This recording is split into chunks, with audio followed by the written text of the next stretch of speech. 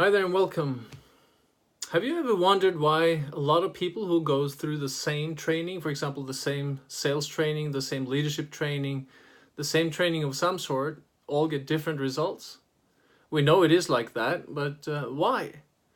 Now, Brian Kleiner once wrote a book called If How-Tos Were Enough, We Would All Be Rich, Skinny, and Happy. But of course, we are not all rich, skinny, and happy.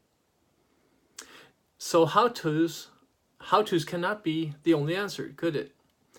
My name is Admin Berger, and I help home business owners and entrepreneurs control their own destiny, build a business that is successful, while creating the lifestyle that you really, really want.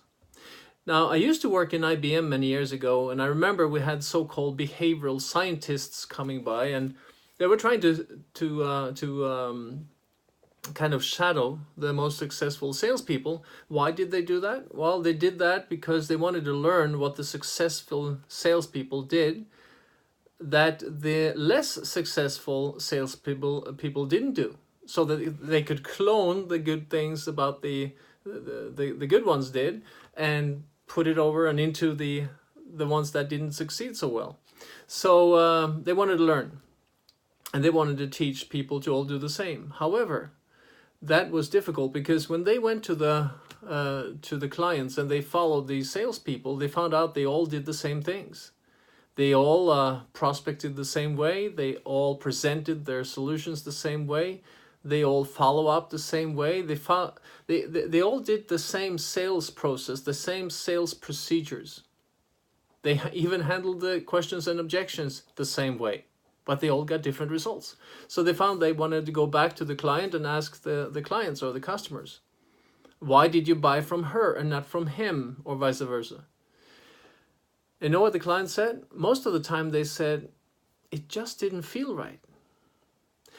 So why is it then that people get so different results?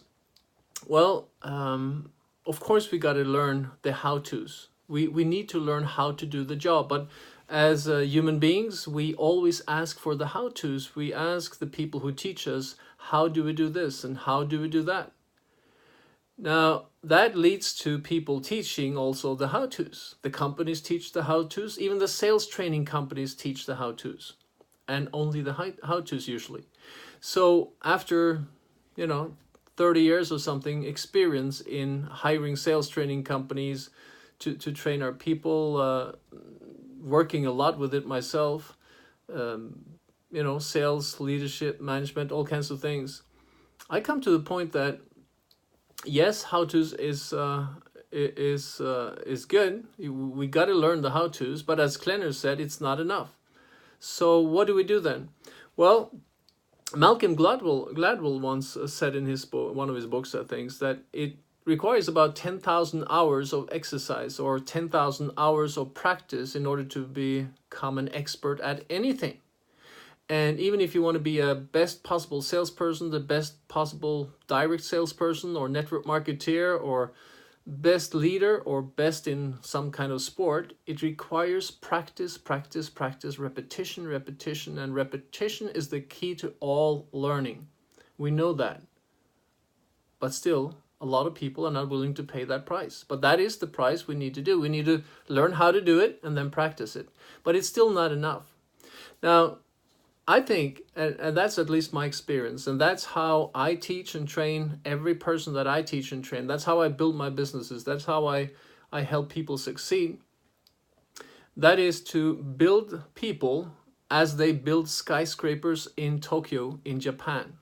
You see, one of the mentors I had once, he had been working in Tokyo, and he said Tokyo has about 200 earthquakes every single year. So they got to build the skyscrapers very well in order to be able to have them still standing after the earthquakes hits. So what they do is they build them two and two, like two skyscrapers beside each other, and they're equally high, and they bind them together with some steel wire, some really, rough wire. So why? Because if they do that, then when the earthquake hits, they can still stand. They support each other. They also build them on wheels underground so that they can shake a little bit, because we all shake when the earthquake hits. Now, what does that mean to us? Well, it means that one of the skyscrapers is your how-tos. But if you build the other skyscraper not as tall, not equally tall as the first one, when the earthquake hits you, you're gonna fall. That means, in our terms, is that when a salesperson meets skeptical people, resistance, objections, people calling them names, people not believing in them, not respecting them, all kinds of things. There could be delivery problems, could be other problems from the company side that you work with. Could be anything. But when that happens, that's an event that you could call a small little earthquake, one of the 200 a year, as they have in Tokyo. We probably have that as salespeople too. So what happens? Well, what we need to do is to build the other skyscraper as high.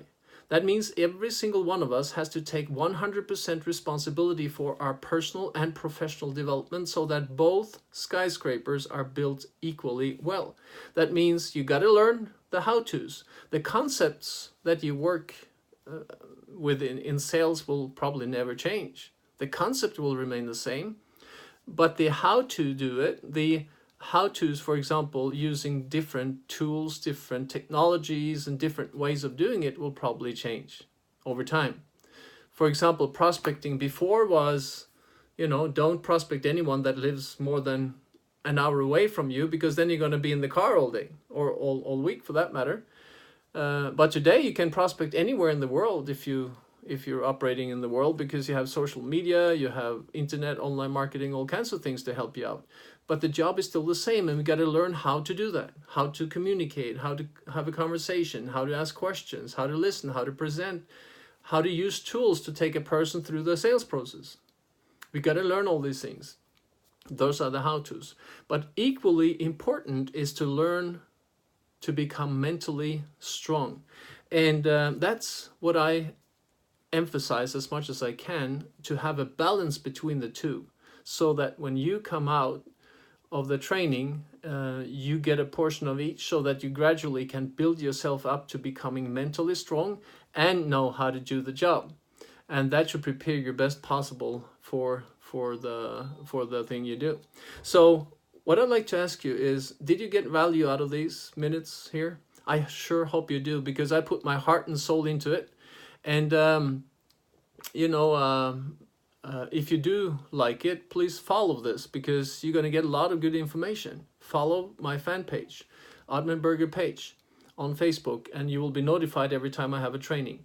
Not only that, but if you also find this valuable, put out some good karma. Send out some good things to the universe, and you will get good things back. That's the law of cause and effect, the law that inspired me to write my book, Your Life's Echo, because it's like an echo. Your life is like an echo. If you put good things out, it comes back to you, as if you're standing in a valley and screaming something out, and it comes back to you as an echo. So I called my book Your Life's Echo. It's also called the boomerang effect, or as you sow, you reap. It's a great law to follow, because if you put good things out, good things is going to come back to you. So if you liked it, share it with your friends. Press the share button and share it with your friends, your colleagues, your teammates, etc., so that they also can get value. And you'll be glad you did, and I will be grateful you did, so that we can impact more people with these trainings, because as my good friend Bob Proctor would say, we have the best information in the world. I thought he was a little arrogant when he said it, but it makes sense what he said, because he's also said, we have the best information in the world, and we have the license to brag about it as well, because none of it is mine, he said. Because we all learn from other people. I learned from other people. I learned from great mentors like Bob Proctor, Jack Canfield, personal friends and mentors over many years, and all other leaders I met, other colleagues I met. Every person I meet, I try to learn from. And I try to learn both things. So balance the learning, and you'll do well. Have a great one. I hope you enjoyed this, and I'll see you on the next video. Take care.